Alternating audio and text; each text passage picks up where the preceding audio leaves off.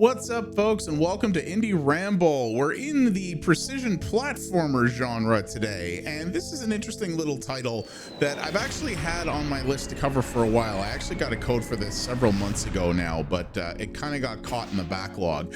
But it's a pretty interesting one, actually. It's simple in appearance, but it's definitely got some cool ideas to it. So this is Crystal Chip Collector. And it's interesting because I'm playing this on the Switch, but this was originally a PC game that came back out all the way in 2014. How has that been almost a decade ago? I don't approve of this. But it actually is interesting. It's been pulled from Steam. And if you do go to the Steam page for it, you're going to notice that it actually has pretty negative reviews. And a lot of those focus on things like controls and responsiveness and things just generally not working properly. But this is it's not a remake, but it's an updating of that original game for the Switch by RAWRLAB Games. And I've covered a few games that he's worked on this channel before, and he does generally good work. He's mostly famous for porting over Godot engine games to the Switch, and I don't know if that's what he did here, but he said that that PC version had a lot of problems because it was made in a very glitchy engine that was not Godot back in the day. And he said that he's given this game what he calls the RAWRLAB touch, which I appreciate because yeah, he generally has some pretty good he does some pretty good work. So you're sort of seeing the intro here to the story. This has sort of a cutesy goofy story. This whole game has sort of a cutesy look to it. Basically, this kid wants to upgrade his PC, and he like performs a ritual that summons like this deity in who you know, and he says, hey, can you upgrade my PC? And he's like, no, but I can help fix your current one. And he summons like this cat spirit that actually is able to go into the computer and by solving puzzles sort of clean it up and optimize it. Yeah, like I said, it's pretty goofy, but it's a cool little premise, and it's kind of cute. And this has a nice art style. It's very colorful, you know, it's pixel art, but it does the job quite nicely, I think.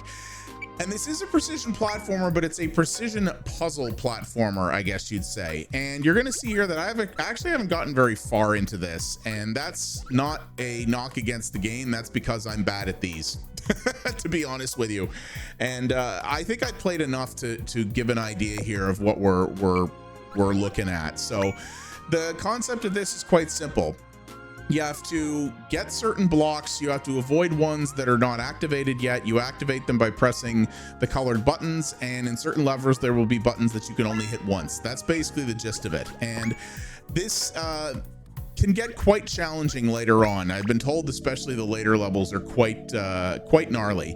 So you're going to get another cutscene here in between each of the different worlds where the story's fleshed out a little bit more. And then what you do in this is you press the right button and don't instantly kill yourself like I just did. But here you go. So you're this little cat creature, and as you can see, you have these different little chips that you have to collect or reactivate. Only one of the two colors can be active at a time. And if you touch the color that is not active, you get electrocuted, and that's a life gone. And what's interesting about this is that each level is both timed, as you can see there, but you also have 3 lives. And that's not 3 lives for the level, that is 3 lives for the world. So each world in this has 10 levels in it. And if you run out of those 3 lives before completing the world, you have to do the whole thing over again. And some people might get turned off by that a little bit, but it's kind of interesting because the levels are short, and this game is really about pattern memorization. It's really about learning the best flow of the different levels to get through it. And I totally have a cat on my desk right now who is fascinated by what's going on with this game. So maybe that's a ringing endorsement, I don't know. But yeah, if you lose your 3 lives, you have to do the level again. But this game is very much about flow state. It's about memorizing the levels, which are short, but especially in the later sections, you're going to have to really pay attention and really understand the pattern and how each level progresses. And learning that flow and learning how to min-max it is really your key to success in this game. And the game definitely leans into that. Like, it has a speed run mode in it, which has a timer and times your entire run through a world. It actually has a practice mode, so this is what's kind of cool. So that while you have to beat an entire world in order to move on, any individual level that you've completed unlocks in the practice mode. So you can come back if you're getting stuck on a particular mode or level, or you're really, you know, having a hard time with that. You can go into practice mode and focus exclusively on that one level over and over again until you master it. So you don't have to keep doing a bunch of levels that you've already succeeded at in order to complete, you know, that one level that's tripping you up. I like that. I think it's pretty simple. There's no online leaderboards or anything, even for the speedrun mode. You know, this is fairly straightforward. I'm not going to call it feature packed, but it doesn't have to be either. And one of the things I like about this is this really plays to the Switch's strength. As you can see, there's basically no load times, and you can jump in and out of this very easily. You know, though you do have to do an entire world in, you know, to be able to progress to the next one, you can suspend the Switch, as people are wont to do, and just pick up your run later at any given time. This is really a puzzle game that's really well suited to a portable system. And I think it's a great fixture for that. So you're seeing here, every world also ends in a boss fight, which is basically you're trying to fix a particular part of the computer. In this case, we're trying to unclog his fan. You kick away the dust and you get little snowflakes that you pick up, and your aim is to try to get the PC's temperature down.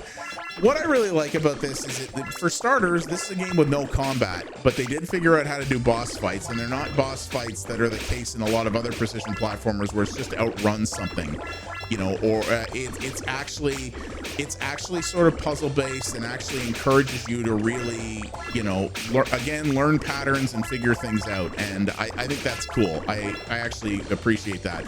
And I really like how this game is leaning into its aesthetic. You know, if you look at the different levels, you know, if you're a PC enthusiast, you're going to recognize that the platforms kind of look like slots on motherboards where you would put in expansion cards. You know, it has a look like you're really playing inside a PC. It's really owning its goofy premise top to bottom, and I enjoy and appreciate that. You know, it wasn't just something dumb that the developer came up with because he's like, oh, I don't know, I gotta have a story of some kind, so I don't know, upgrading a PC with a deity. Yeah, that's it. No, it actually sort of leans into the whole thing and makes it really a part of what it's doing. I like that. I think that's very cool. And it's just it's a fun time. You know, it's cute, and it's good to play in small spurts. If you want to do it in long sessions, you can, but you don't have to. And while it can be challenging, it never feels punitive, and it does feel that, you know, if you practice even just a little bit, you're gonna figure things out. You're gonna learn the pattern of a level, and subsequent runs are gonna get faster and faster, and you're really gonna figure things out. And I enjoy that. I think that's a good way to put it together. I don't know if I'll finish this because, like I said, I'm not good at games like this, you know, and if I fail at this, it's pretty much my own fault for my own lack of patience, really. But I can see that there's cool things here, and I can see that people who like precision platformers, and especially ones with a puzzle element, I think will really like this. It does control very well. Among the chief complaints of those very negative reviews on Steam were that the controls weren't very good. It was laggy. A lot of people said they just couldn't jump, like they just couldn't actually do the one thing you have to do in this game. This has none of those problems. This feels very, very responsive. Even when I'm playing through my capture card right now, which actually introduces some lag into the system, it feels very responsive. It doesn't ever feel like when I fail a level that I failed because the game didn't do what I wanted. And it feels like, yeah, if I put the time in, I could absolutely finish this. And it's not a huge number of levels, but there's a decent number of them. And what I like about this is it's not overly complicated mechanically. It's just, here's the yellow blocks, here's the blue blocks, here's a couple of things that can impact how they appear on the screen. You got to get them all. That's it. It's not going over it. It's not trying to make it too it's not trying to give you too much to do. It's doing a couple of things really well and really leaning into those mechanics and those ideas, and I really appreciate that. I respect games that are able to do a lot with a little.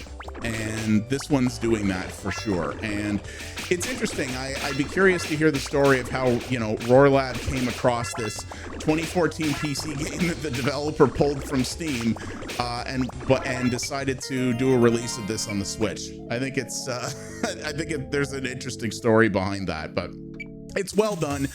You know, everything I've always played from RAWRLAB on the Switch has been very well put together. You know, he puts care and attention into the port jobs that he does. You know, there are a lot of garbage quality Switch ports out there. You know, I'm sure some of you could name a few, but RAWRLAB always puts some real care into what he does, and I appreciate that he's clearly done that here.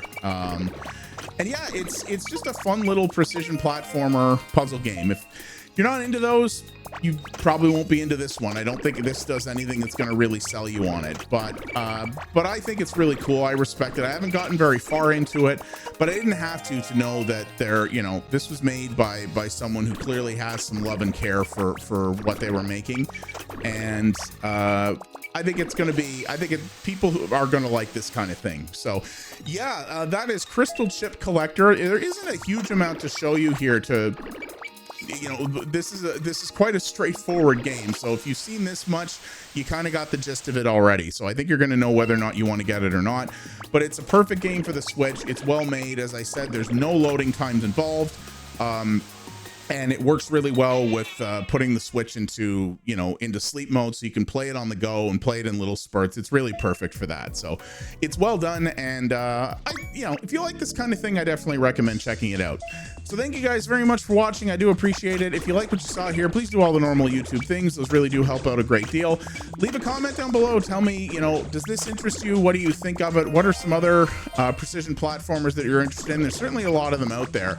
And I'm curious if you guys know of other ones that are well suited to shorter gaming sessions like the Switch offers or something like that. That'd be interesting to hear about.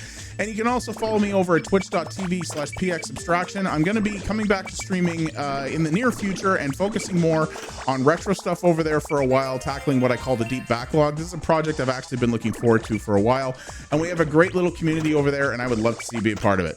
Thanks again, everybody, and I'll see you on the next Indie Ramble. You folks have yourselves a good one. Take her easy.